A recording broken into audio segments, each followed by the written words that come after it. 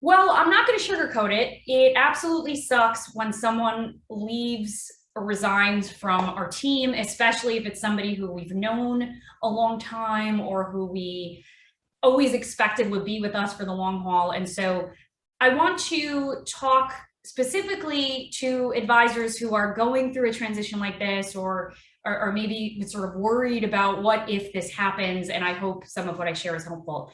The first thing I'll say, and this is a broader and bigger conversation, is that the most powerful and important thing you can do, even before the self-reflection piece and figuring out what went wrong, is to emotionally detach from the situation and from the outcomes. When I'm talking to advisors generally who are dealing with a scenario like this, the conversation is always rooted in the emotions of it, how the advisor feels, the frustration, maybe the resentment, I've done so much for this person, et cetera, et cetera. And it's perfectly okay to feel those feelings and express those feelings.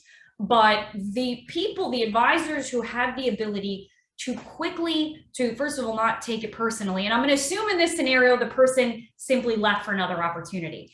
Not take it personally and quickly flip the CEO, business owner, business manager switch and lean into that. Those advisors fare the best during a transition like this, meaning they're quickly able to move past it. So that's the first thing. Allow yourself space and time, maybe with your coach, maybe after work with a spouse or whatever, to sort of explore how you feel about it. But during the day, it is strictly down to business. The other thing I'd say is, let's assume that there is no obvious reason why the person has left. Culturally, the firm is great, people get along, et cetera, et cetera. The reality is the likelihood that this generation, Gen Y, Gen Z, and even after, are going to stay in an organization for 30 years, and I talk about this a lot on these videos, the likelihood of that is much, much, much lower than it was even a generation ago. And so we, as business owners, almost have to get used to the fact that we are going to, as long as we're managing and running a team, we are always going to be in a position of constant evolution and constant change management. And maybe you haven't felt that to date, but after this, whoever is the next person to leave your team, hopefully it's nobody, it's important to recognize that and sort of embrace that moving forward. So that's the first thing. The second thing I'd say is immediately kick into gear. And it's perfectly okay to say, you know what, well, first of all, hopefully you're at a firm that handles HR and team management and hiring and all that stuff for you. But if you're not, quickly kick into gear. It's perfectly okay to change your calendar around for the following 2 weeks.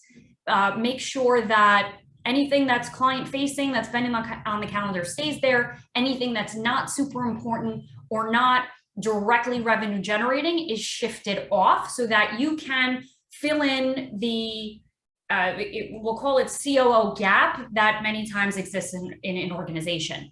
The other thing I would say is, so mentally you're prepared now to handle this. You're not harping on what's wrong. Of course, you're going to ask for some feedback from the person, but they're leaving. Let's move on. I notice advisors get sort of stuck at this point.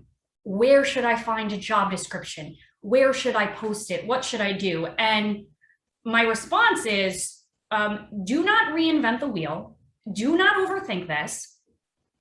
By the way, asterisk for later on, you should always have a library of job descriptions, interview question templates, onboarding training guides that you can pull from and use. You can join the study group, by the way, my community, if you want access to tools like that.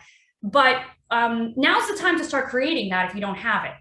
If you don't have something like that, Google it. Don't have to reinvent the wheel and come up with something fancy. There are tons of sites and platforms that offer free resources, especially around job descriptions. The other thing is, so you're pulling associate advisor, investment ops, you're reaching out to people like me who probably have that content somewhere. You're quickly getting what you need. And then you are doing two things. Number one, full court press of promoting that you're hiring. I share with advisors, one of the most powerful things you can do is always have a list, if it's in Excel, if it's in your CRM, of people who you've met in the industry who are impressive to you, who you may want to potentially hire one day, who you really like. And that's your natural pool to pull from. But let's assume you don't have that.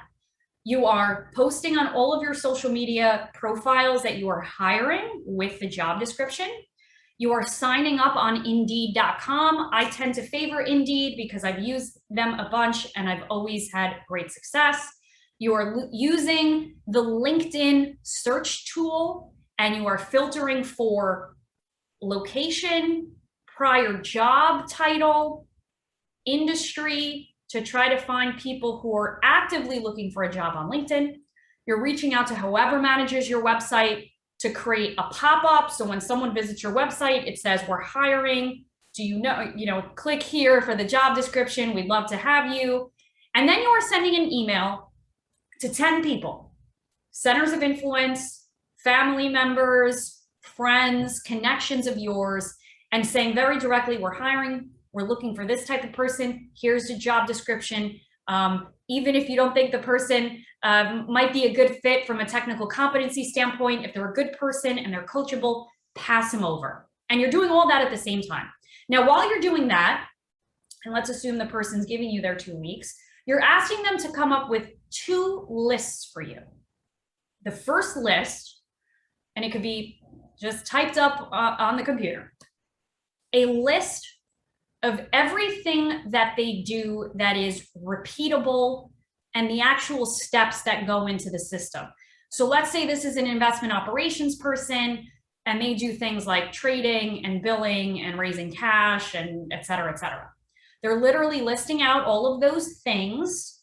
And then underneath those headers, they are giving the trigger event or the step-by-step workflow. Doesn't have to be anything formal that coincides with that. The idea is a new person should step in, be able to read that list and basically know what it is that they need to achieve and accomplish on an ongoing basis.